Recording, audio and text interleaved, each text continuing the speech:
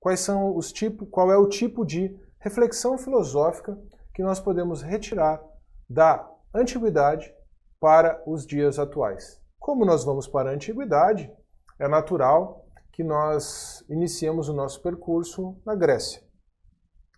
E, inclusive, vamos iniciar o nosso percurso pela mitologia grega.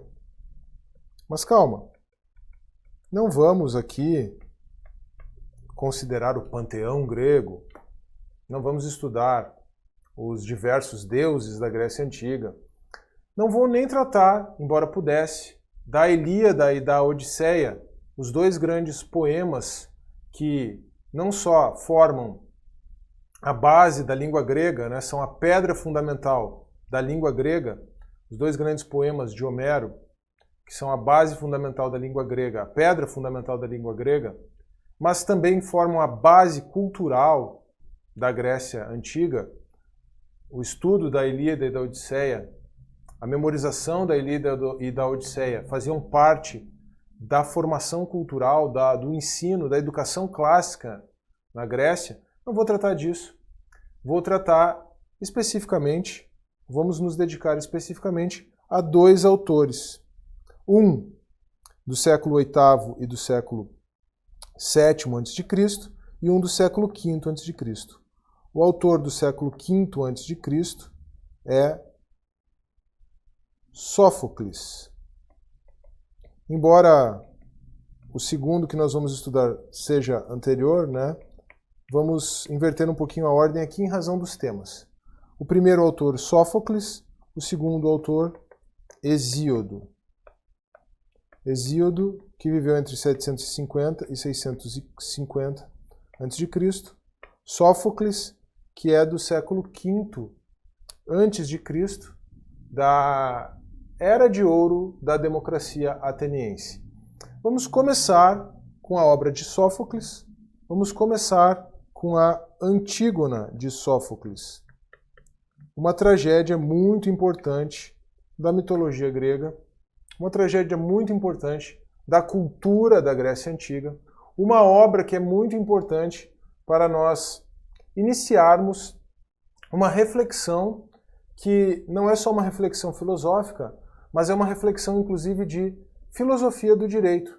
A Antígona de Sófocles é um livro muito utilizado nos cursos de direito, na disciplina de introdução ao direito, ou até mesmo de forma um pouquinho mais avançada no estudo da própria filosofia do direito. O que nós temos na Antígona de Sófocles? Vou fazer um breve resumo do livro aqui.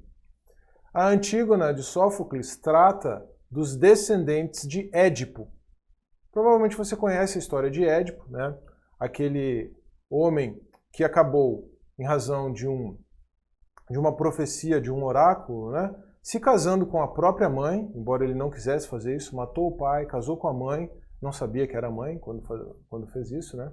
Teve filhos, quando descobriu a sua miséria, a sua tragédia, furou os olhos, se exilou, né? Depois, eventualmente, claro, veio a morrer, mas a partir do momento em que Édipo descobre sua tragédia e se afasta de Tebas, né? Ele veio inclusive a governar sobre Tebas.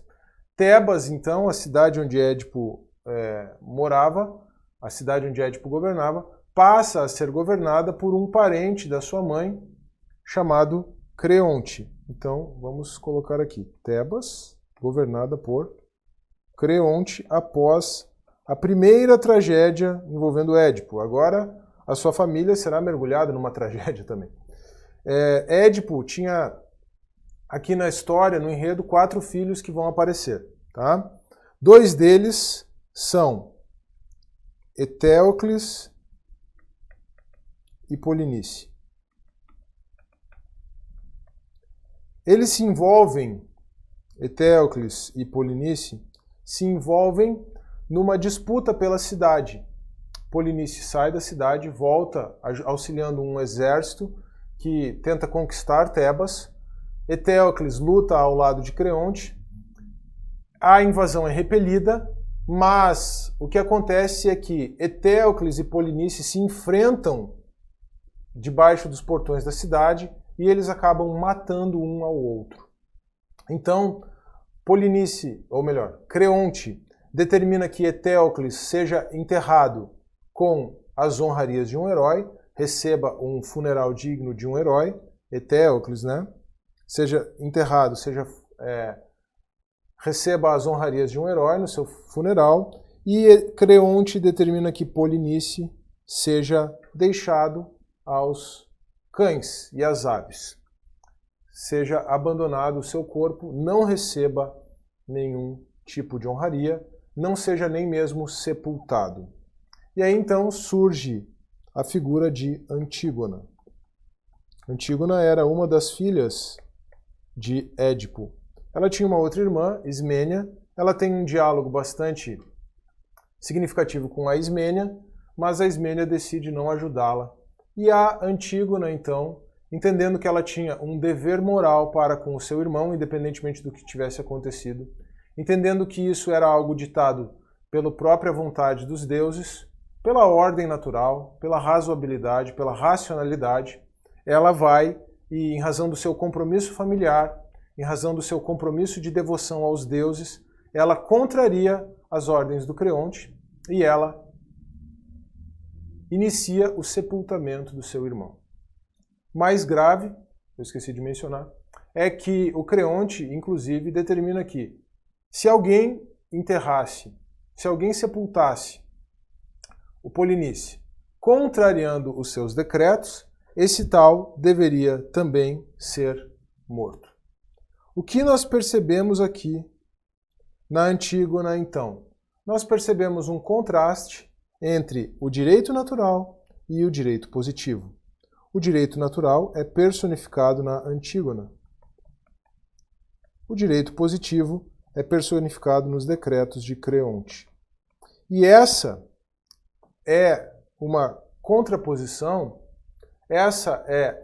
esse é um antagonismo que eu chamo de o problema permanente do direito. O que vale como direito? O que vale como critério, parâmetro de justiça?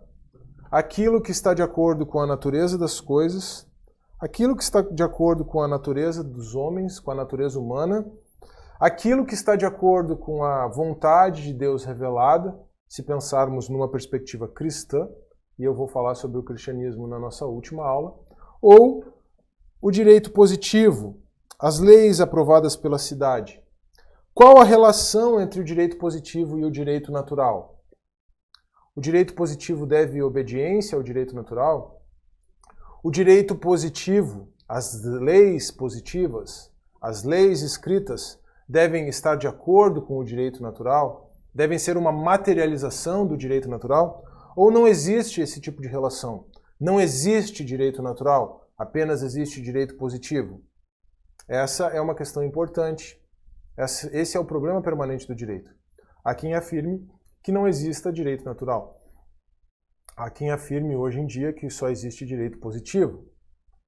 Eu, como um cristão, como um conservador do ponto de vista moral, como um libertário quanto à ética, acredito sim, entendo que exista um direito natural e que o direito positivo de forma alguma pode contrariar esse direito natural. O que coloca a nossa lei, a nossa legislação, grande parte dela, num estado atual de completa iniquidade e ilegitimidade.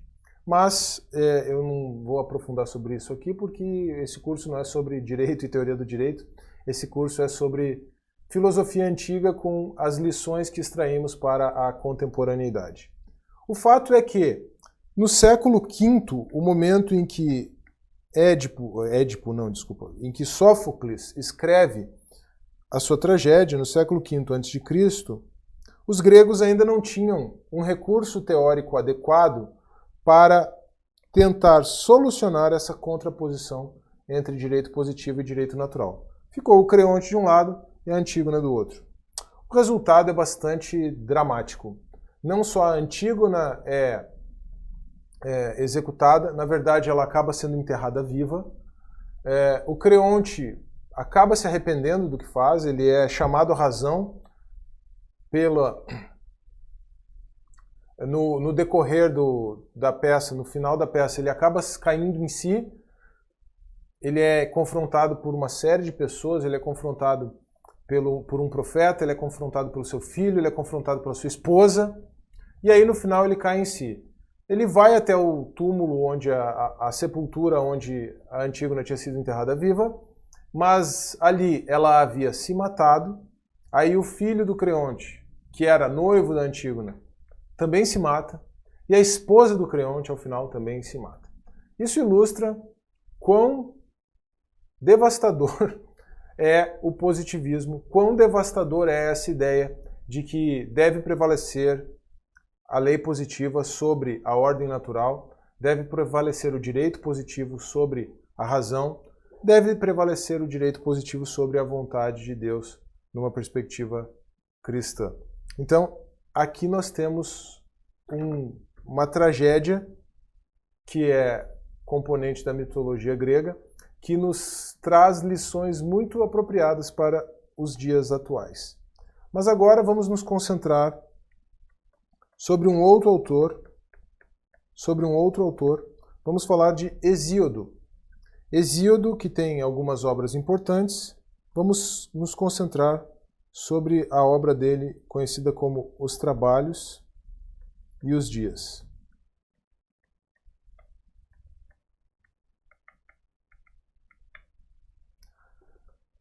Nesta obra, Hesíodo nos apresenta uma visão muito interessante a respeito da história.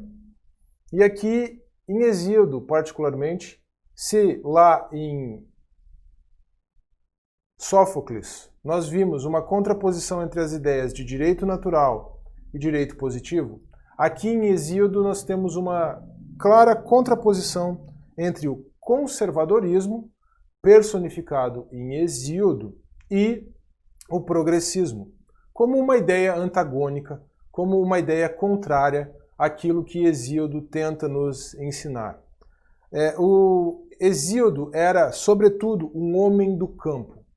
E como um homem do campo, ele personifica esse ideal de vida bucólica, de vida do campo, e ele está muito preocupado com aquilo que ele está vendo já acontecer na realidade que ele enfrenta, e ele está preocupado em viver uma vida boa, uma vida tranquila. Esse ideal de vida boa vai surgir de novo de forma muito forte, especialmente na ética aristotélica, né, que nós ainda vamos considerar numa aula na sequência, mas ele está preocupado em viver uma vida tranquila, em viver uma vida boa, e ele estava preocupado com o ritmo que as coisas estavam tomando já no seu contexto histórico, e veja que ele é um homem do século VIII e VII a.C., 750 a 650 a.C. Mas então, na sua apresentação mitológica da história, o Hesíodo apresenta 5 eras, divide a história em 5 eras, que são eras que retratam, claro, a mitologia grega e a compreensão que os gregos tinham a respeito da mitologia. Essas 5 eras são identificadas também com 5 raças, e aí nós vamos trabalhando cada uma delas aqui para entender qual era a compreensão a respeito da história que o Hesíodo tinha. Então a primeira era é a Era de Ouro, que é identificada com a Era dos Deuses. A segunda era é a Era de Prata, que é identificada, vamos colocar assim, com a Era dos Anjos, ou com a raça dos anjos. Só para facilitar, não vou entrar em detalhes semânticos aqui, em detalhes linguísticos. Tá? Depois disso, nós temos a Era de Bronze. A Era de Bronze é a primeira era dos homens. Então aqui surgem os homens. Depois da Era de Bronze, nós temos a Era dos Heróis. Essa Era dos Heróis é identificada com o período homérico.